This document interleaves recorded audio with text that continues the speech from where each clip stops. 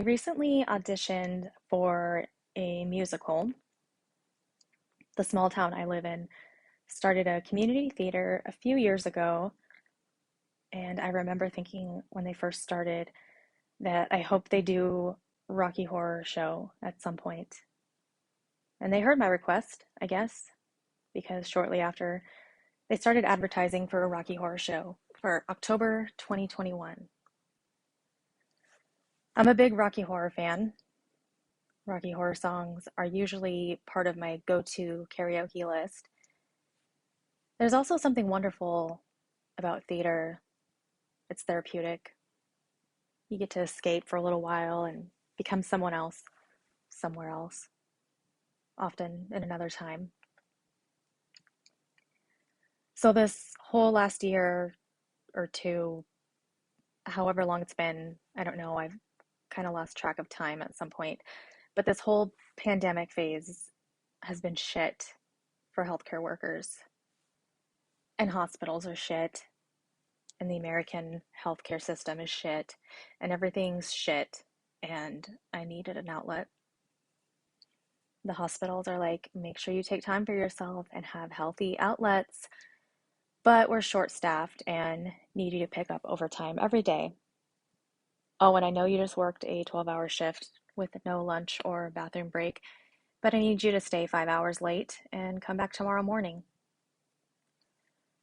And then somehow we're supposed to find time for yoga and meditation in between that. Otherwise, it's our fault that we're stressed. So I'm like, fuck you and your yoga bullshit and your mandatory overtime. I'm doing a fucking musical. Music has always been my escape, my therapy. Some nurses steal fentanyl. I just try out for musicals and pretend to be someone else for a couple months. We all have our ways of coping.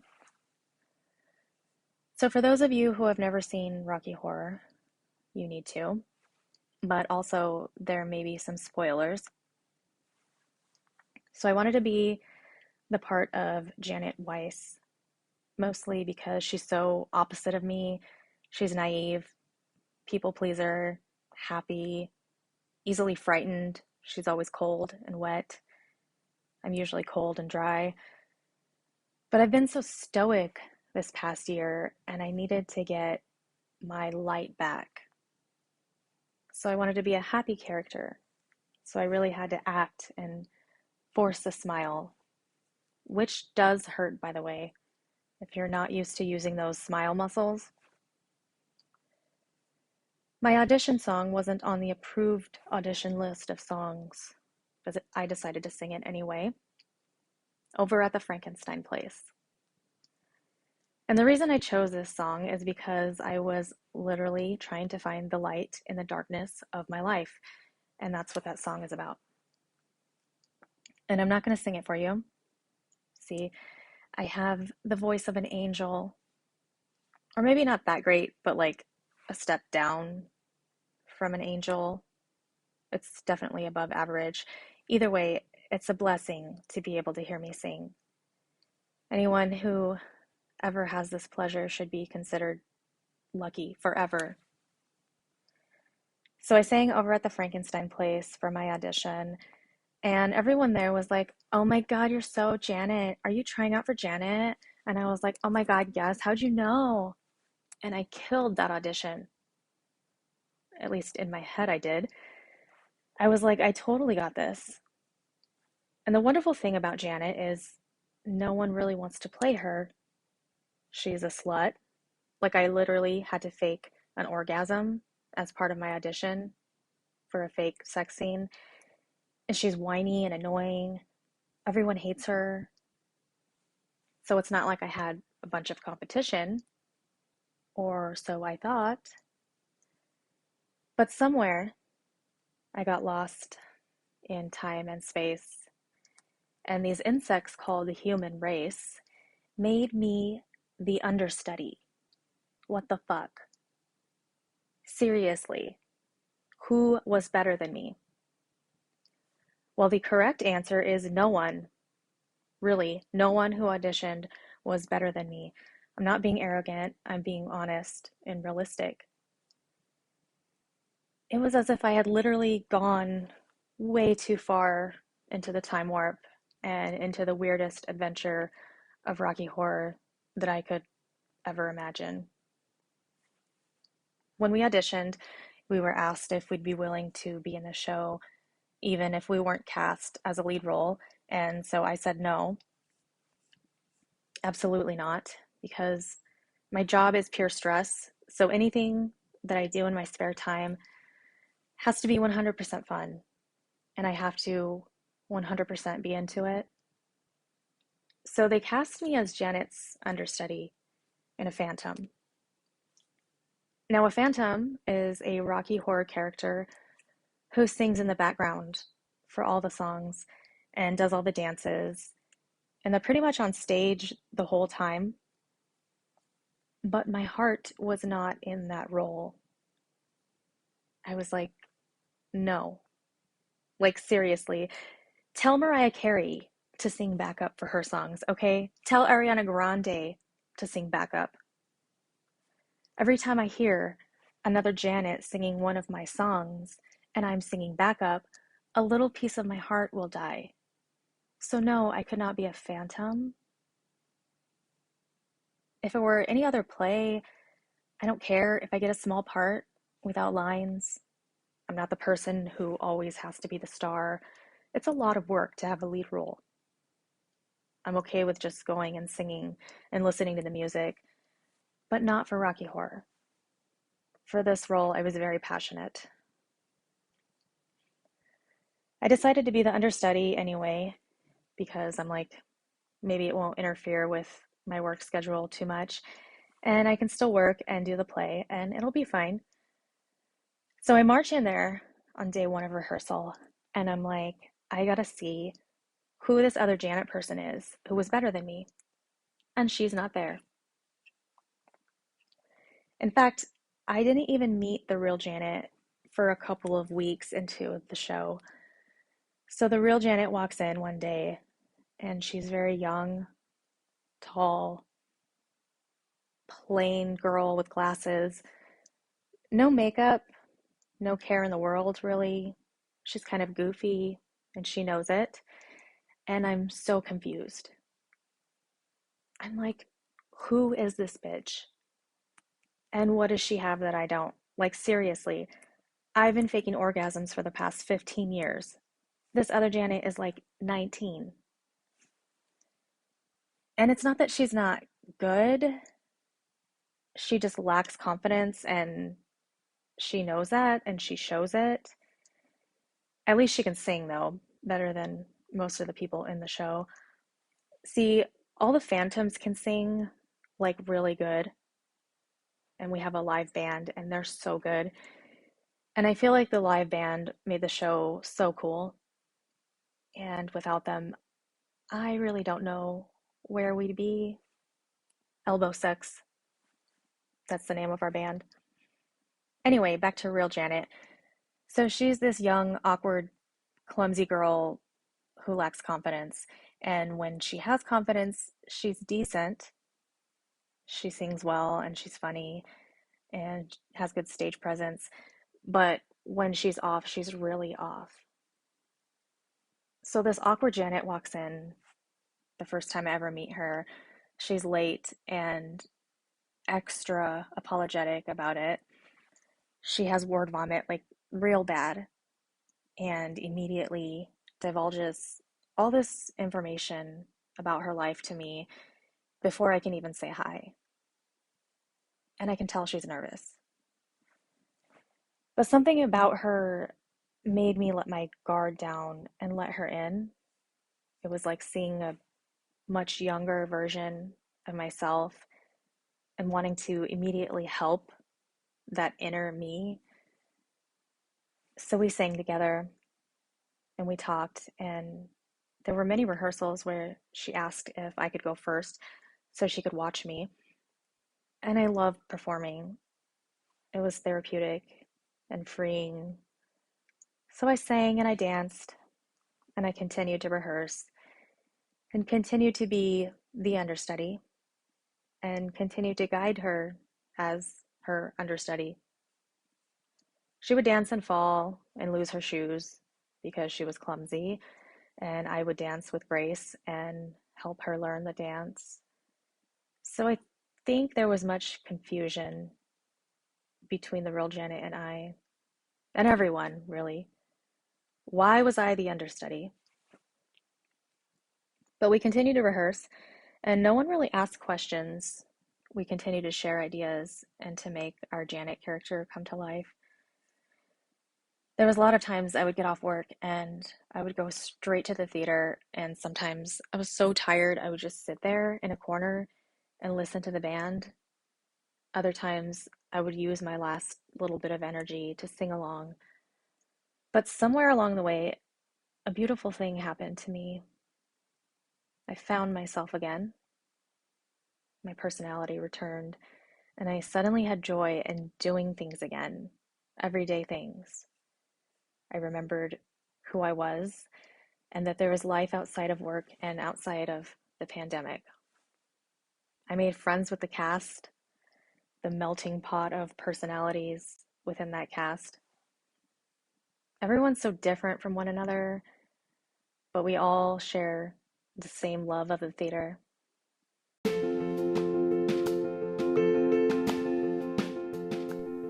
Do you ever think about making your own podcast? Do you think that you might have some good ideas and you want to test it out? See if people will actually listen to what you have to say? Making my podcast using the Anchor app is super easy. You can record from your phone from anywhere. You can make money off your podcast. You can edit and add music. It's everything you need to make a podcast in one place. You can download the free Anchor app in the App Store or go to anchor.fm to get started.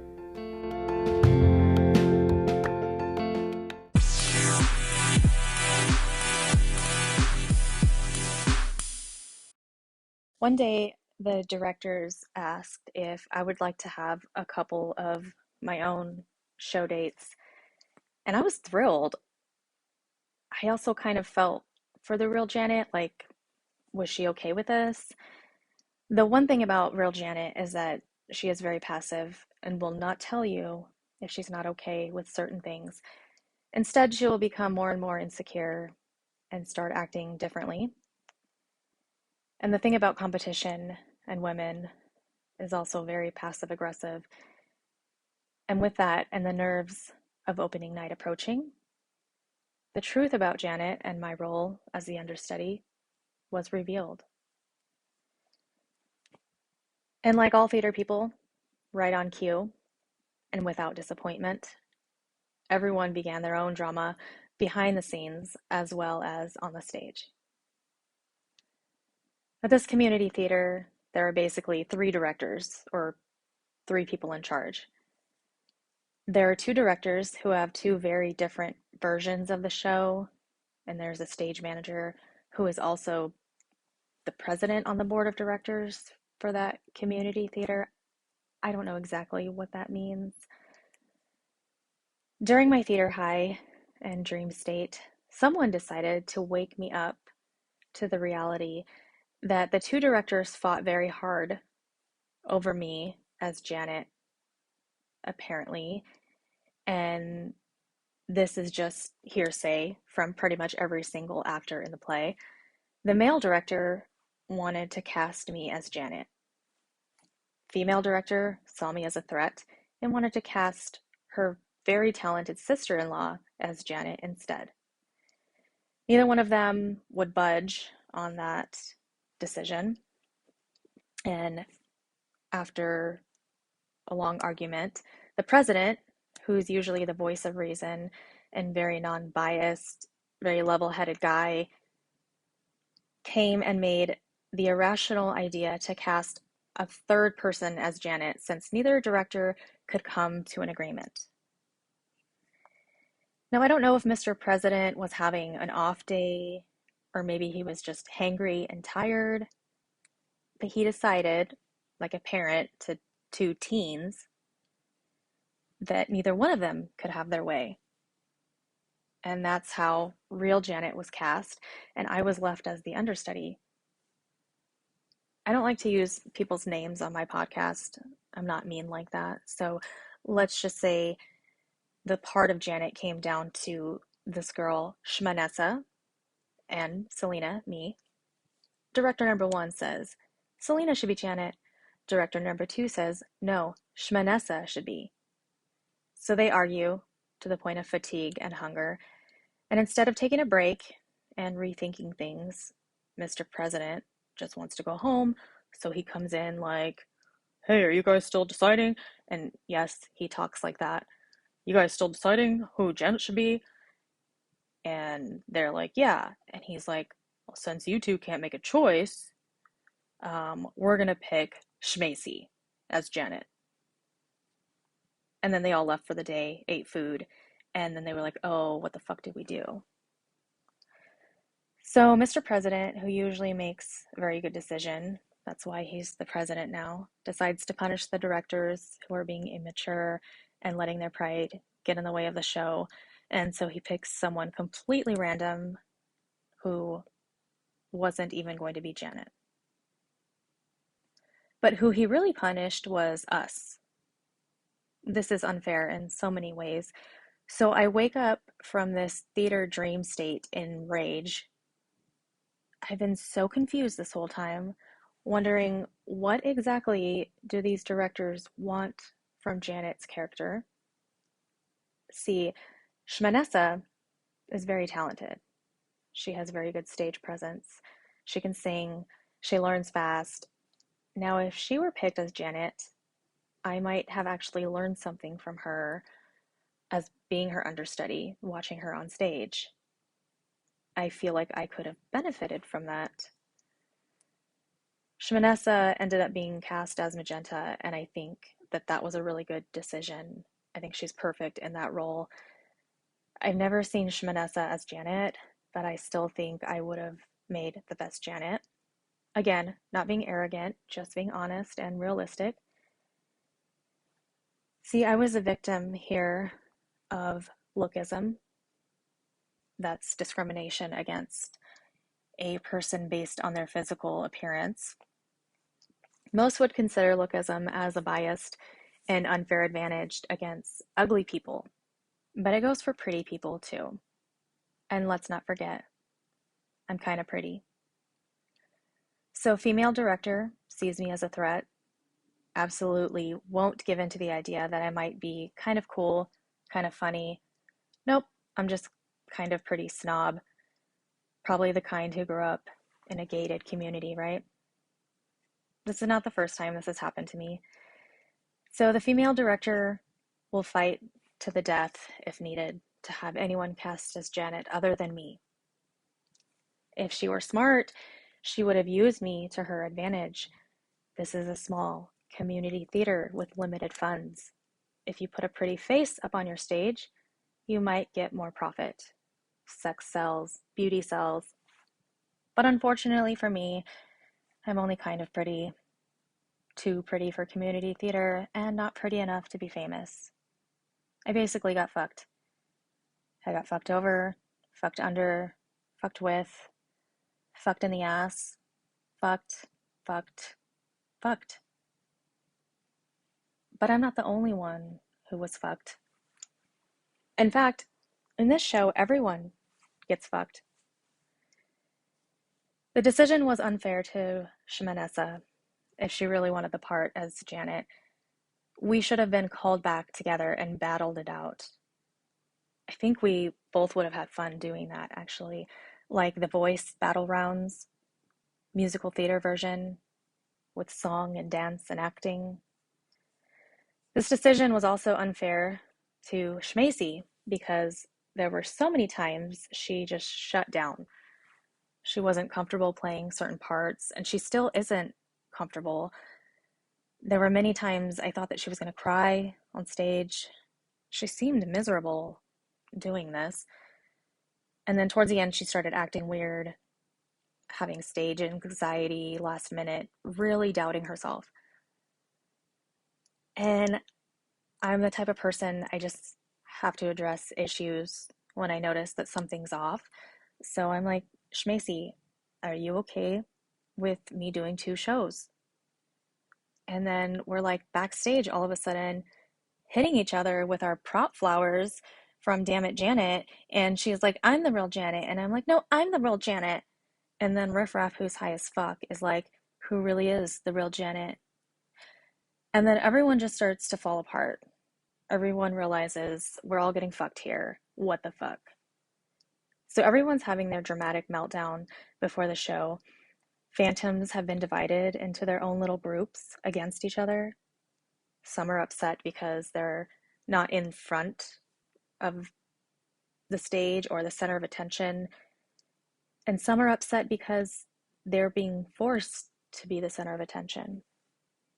The narrator's costumes still have not arrived, and all they want is a fucking headset microphone. Riff Raff is suddenly blind in one eye, and no one knows which one is his good eye because it changes every day. Columbia is struggling to find her music cues because she won't listen with her heart.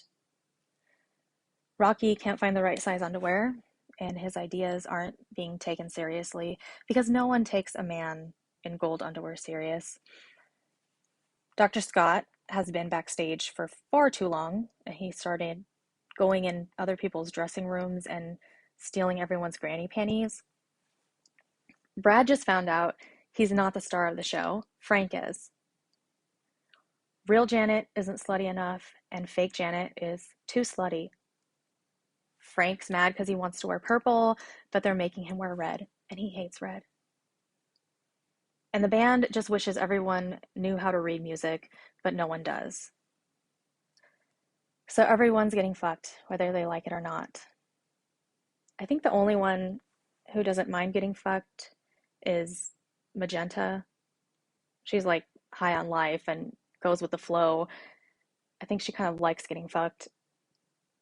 But that's the point of Rocky Horror. Everyone gets fucked, whether they want to or not, and they either learn to love it or just accept it. It's opening night tonight, and as theater people will always do, they will come together tonight and I'm sure put on the performance of a lifetime. I wish I could be there on stage with everyone. I love opening night energy. It's invigorating.